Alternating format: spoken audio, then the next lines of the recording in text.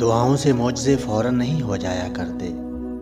دعائیں آہستہ آہستہ تمہارے لیے اسباب پیدا کرتی ہیں اور پھر تمہیں اس مقام تک لے کر جاتی ہیں جہاں معجزے ہونے ہوتے ہیں، جہاں تمہارے یقین کے سامنے تمہارا نصیب بھی گھٹنے ٹیک دیتا ہے اور اللہ کن فرما دیتا ہے۔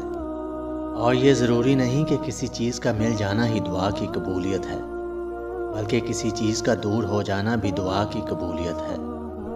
بس کبھی کبھار تکلیف، یقین اور مصلحتوں پر اتنی بھاری ہو جاتی ہے کہ نہ دعا قبول ہوتی نظر آتی ہے اور نہ مصلحتیں سمجھ میں آتی ہیں۔ یہ بھی امتحان ہوتا ہے، ہماری محبت کا امتحان، صبر کا، ضبط کا اور ہمارے یقین کا امتحان۔ دعا چاہے دن کے اجالے میں مانگی جائے یا رات کی سسکتی ہوئی خاموشی میں رو کر مانگی جائے، یا مسکرا کر بارش کے دوران مانگی جائے، یا تپتی دھوپ میں سلگتے ہاتھوں سے، دعا ہمیشہ قبول ہوتی ہے، بس قبولیت کے انداز مختلف ہوتے ہیں۔ وہ جس کا نام ہی المجیب ہے، تو کیا وہ تمہارے دعا کے لیے اٹھتے ہاتھوں کی لاج نہیں رکھے گا؟ یقیناً رکھے گا، وہ ہمیشہ اپنے بندے کی لاج رکھتا ہے۔ اور یاد رکھو، اللہ نے دعا کے ذریعے ہی آدم اور حوا کو ملوایا تھا۔ بس یقین رکھو، وہ تمہارے ادھورے قصے بھی کبھی نامکمل نہیں چھوڑے گا۔ اللہ پاک تمہاری زبان کو مانگنے کی ہمت تب دیتا ہے جب وہ تمہاری دعاؤں پہ راضی ہونا چاہتا ہے۔ تمہارے دل میں بار بار ایک ہی چیز کا خیال آنا اس کی جانب سے اشارہ ہے کہ تم اسے مناؤ۔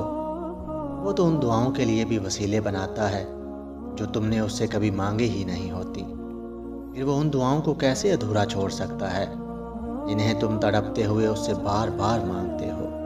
اس دیری سے مت گھبراؤ، بس اتنا یاد رکھو کہ جو کام اللہ کی رضا کے لیے کیا جائے وہ عبادت ہے، پھر چاہے وہ انتظار ہو، یقین ہو، صبر ہو یا دعا ہو۔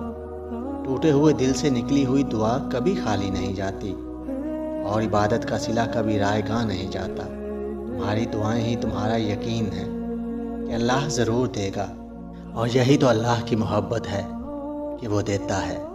بس یقین رکھیں اور اس سے دعا کرتے رہیں۔ اللہ تعالیٰ آپ کے لیے آسانیاں پیدا فرمائے اور آپ کی تمام دعاؤں کو قبول فرمائے۔ ویڈیو اچھی لگے تو چینل کو سبسکرائب، ویڈیو کو لائک اور شیئر ضرور کیجیے گا۔